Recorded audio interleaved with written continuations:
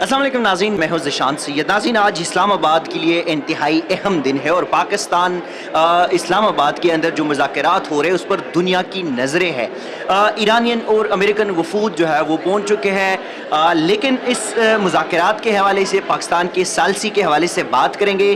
ہمارے ساتھ موجود ہے سینئر ماہر امور خارجہ امور جوہر سلیم صاحب۔ Sir welcome. یہ بتائیے گا کہ اسلام آباد نے ماضی میں ایک مذاکرات کی تھی امریکہ اور چائنا کے درمیان، اور ایک بار پھر اسلام آباد مذاکرات کر رہے چائنا اور امریکہ اور ایران کے درمیان، تو کیسے آپ دیکھ رہے ہیں اسلام آباد کی ثالثی کی کوششوں کو اور آج کا جو دن ہے جو دنیا کی نظریں پاکستان پر یا اسلام آباد پر جمی ہوئی ہے؟ جی بالکل، بس میں یہ تھوڑا سا کہہ دوں کہ وہ جو مذاکرات تھے ان کی نیچر مختلف تھی۔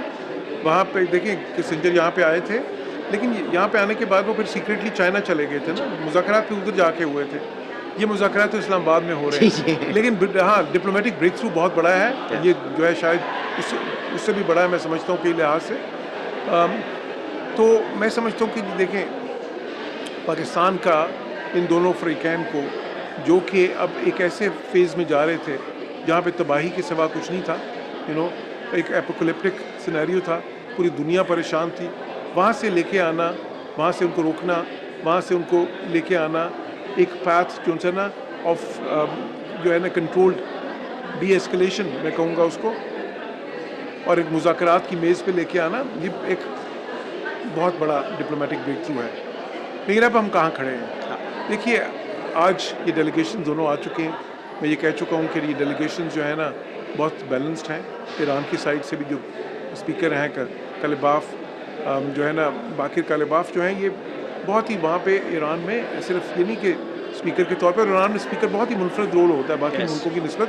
وہاں پہ اسپیکر جو ہے نا وہ اسٹیبلشمنٹ کے وہ جو ہے نا وہ خاص ان سے تعلقات ہوتے ہیں، جس طرح سے پہلے رفسنجانی تھے، علی لاریجانی تھے، بڑے اہم نام رہے ہیں جو اسپیکر رہے ہیں اس سے پہلے ایران میں ماضی قریب میں۔ تو دیکھیے ان کو اختیار ہوگا گیو اینڈ ٹیک کا، جو ضروری تھا، جس کی ضرورت ہوگی اس نیگوشیشن میں بہت زیادہ، بیکاز یہ آسان نیگوشیشن نہیں ہوگی۔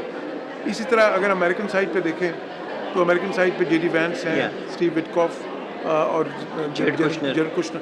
اب جیرڈ کشنر تو داماد ہیں پریزیڈنٹ ٹرمپ کے، تو ظاہر ان کو ان کا کتنا اعتماد حاصل ہے۔ یہ سارے ابراہم اکارڈ جو کرائے تھے انہوں نے کروائے تھے۔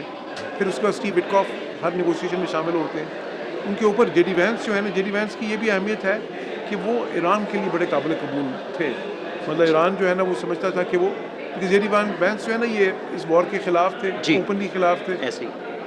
پھر یہ کہ ان کا دیکھیں وائس پریزیڈنٹ ہے، ان کا چانس یہ بھی ہے کہ اس کے بعد وہ کبھی پریزیڈنٹ بھی بن سکتے ہیں اگلی ٹرم میں، جب نیکسٹ الیکشنز ہوں گے تو وہ ہو سکتا ہے ریپبلکن پارٹی کے کینڈیڈیٹ ہوں، تو ایک پاسبلٹی ان کی وہ بھی ہے، وہ بھی ان کی اہمیت ہے۔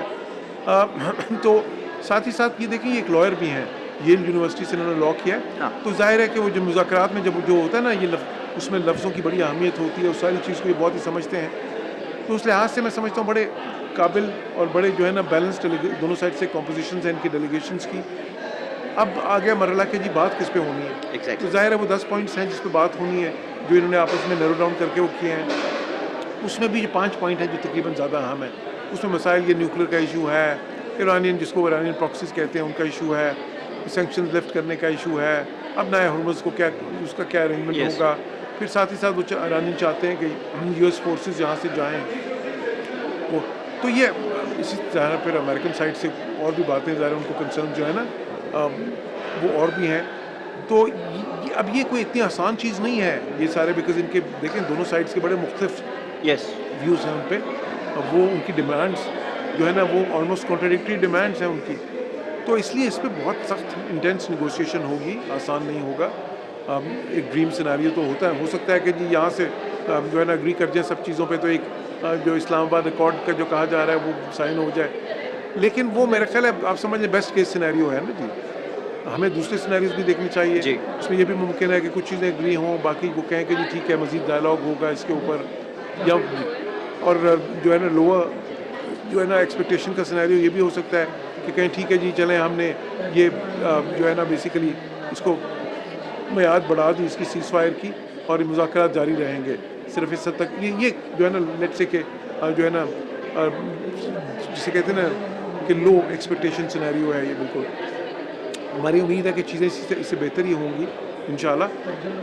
لیکن جو اہم چیز ہے وہ یہ ہے کہ دیکھیں کوئی ڈیڈ لاک نہ ہو ٹھیک ہے نا, مذاکرات بالکل بریک اپ نہ کر جائیں, ٹھیک ہے نا جی, وہ سب سے اہم چیز ہے. جاری رہیں تو چیزیں نکلتی رہتی ہیں, اس سے پازیٹیو جو ہے نا پروگریس ہوتی رہتی ہے. سب سے اہم چیز وہ ہوگی. اور لاسٹ بات میں کہوں گا کہ دیکھیں پاکستان اس میں ایک فیسیلیٹیٹر ہے. ہم نے ایک ریمارکیبل جو ہے نا ڈپلومیسی دکھائی ہے, اس میں دنیا اس کی معترف ہے. لیکن at the end of the day ان دونوں ملکوں نے, افریقین نے آپس میں طے کرنی ہے چیزیں.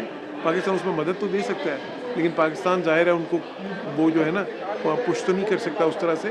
تو اس لیے پاکستان کا رول جو ہے ہمیں ایز اے فیسیلیٹیٹر ہی دیکھنا ہے. بہت شکریہ سر. ناظرین, بالکل اختتام جو ہے دونوں ممالک نے بیٹھ کر ہی اس مسئلے کا حل نکالنا ہے. پاکستان کا کردار صرف ایک ثالث کے طور پر ہے. Stay tuned for next update. دیجیے گا اجازت. اللہ حافظ.